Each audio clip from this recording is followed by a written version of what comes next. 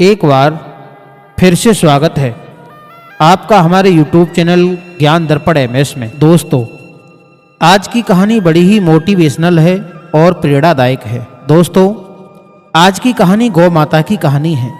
आज की इस कहानी में गौ माता ने ऐसे 3 काम बताए हैं जो भी मनुष्य इन 3 कामों को बिना शर्म किए हुए करते हैं, उनका भाग्योदय हो जाता है। उन्हें जीवन में कभी पछताना नहीं पड़ता। ऐसे व्यक्ति अपना जीवन सुख में ही जीते हैं। इसलिए गौ माता कहती है, दोस्तों, जो भी मनुष्य, जो भी स्त्री ये 3 कर्म, ये 3 काम बेशर्म होकर करते हैं, वो मनुष्य अपना जीवन सुख में ही व्यतीत कर सकता है। अब ये 3 काम कौन कौन से हैं जिन्हें मनुष्य को बेशर्म होकर करना चाहिए, ये जानने के लिए आप इस वीडियो को पूरा देखें। गौ माता के बारे में तो आप सभी जानते ही होंगे। हमारे हिंदू धर्म में गौ माता को पूजनीय माना जाता है। गाय को माता कहा जाता है, उसकी पूजा भी की जाती है। दोस्तों, आपकी जानकारी के लिए हम आपको बता दें, जब देवता और असुरों ने मिलकर के जब समुद्र मंथन किया था, उस वक्त समुद्र से 14 रत्न उत्पन्न हुए थे। उन 14 रत्नों में एक गौ माता भी उसी समुद्र से निकली थी। दोस्तों, एक बात और बता दूं, गाय को माता यूं ही नहीं कहा जाता है। ये बताया जाता है कि गाय के अंदर 33 कोटि देवी देवता निवास करते हैं। 33 कोटि देवी देवताओं का मतलब है कि इस संसार में जितने भी भगवान हैं, वो सारे गौ माता में विराजमान हैं।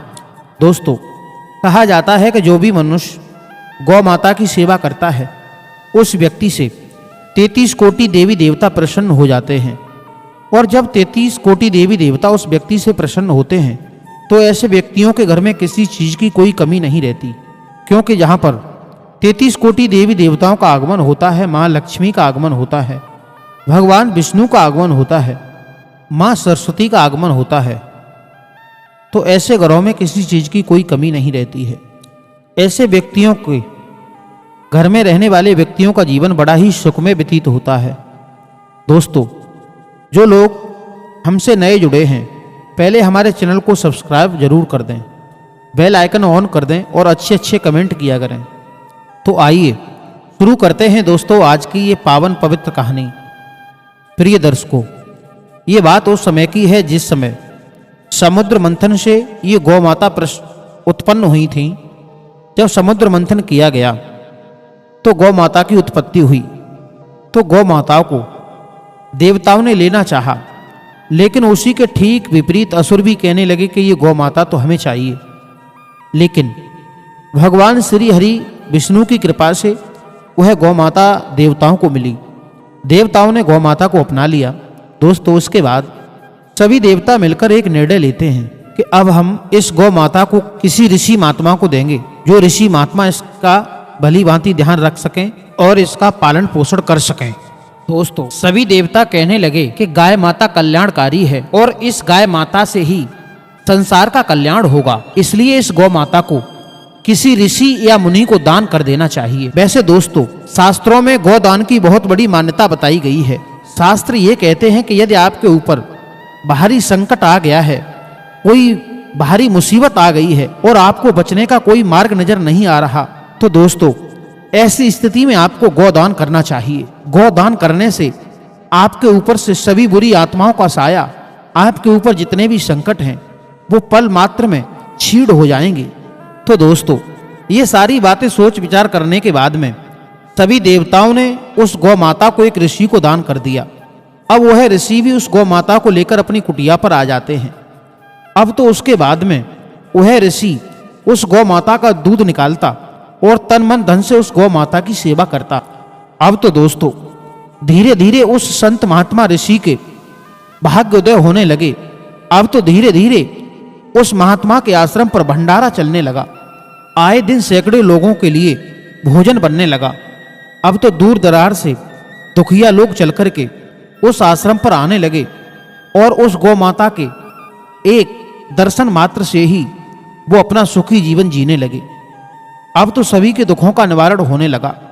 लेकिन ये बात जैसे ही असुरों को मालूम पड़ी, ये गाय तो बड़ी चमत्कारी है, ये तो हर संकट को दूर कर देती है, इसका दूध बड़ा पवित्र है, इसका मूत्र भी पवित्र है, इसका गोबर भी पवित्र है, तो ये सारी बातें सोचने के बाद में सारे असुर अब तो उस गौ माता को ऋषि महात्मा के आश्रम से चुराने की योजना बनाने लगे। तो गौ माता ने ऋषि को 3 ऐसी अनमोल बातें बताई और कहने लगी, गौ माता कहे, ऋषि मैं तुम्हारे आश्रम पर पता नहीं कितने दिन रहूंगी। हो सकता है कि असुर यहां से मुझे चोरी करके ले जाएं। इसलिए हे ऋषिवर, तुम्हारा मेरे ऊपर एहसान है, क्योंकि तुमने मेरी बहुत सेवा की है। इसलिए मैं तुम्हें ऐसी 3 बातें बताती हूं और इन 3 बातों को तुम हमेशा अपने जीवन में याद रखना। ये 3 बातें जीवन में तुम्हें कदम कदम पर काम आएंगी। गौ माता कहती है कि ऋषिवर, जो व्यक्ति अपना जीवन सुखमय जीना चाहता है, अपने परिवार का भला चाहता है, जीवन में कभी गरीब नहीं रहना चाहता, जीवन में कभी दुख नहीं भोगना चाहता, ऐसे व्यक्ति ये 3 काम बेशर्म होकर करें तो उनका जीवन सुखमय ही हो जाएगा। दोस्तों, गौ माता और आगे ऋषि से कहती है कि ऋषिवर, आमतौर पर कहा जाता है कि मनुष्य को जीवन में शर्म और लोक लाज का ध्यान रखना चाहिए और शर्म लिहाज ही व्यक्ति के सभ्य होने के प्रमाण होते हैं।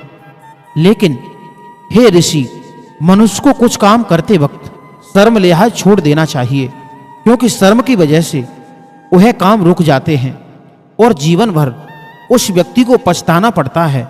उसके बाद गाय माता ऋषि को वो 3 काम बताती है।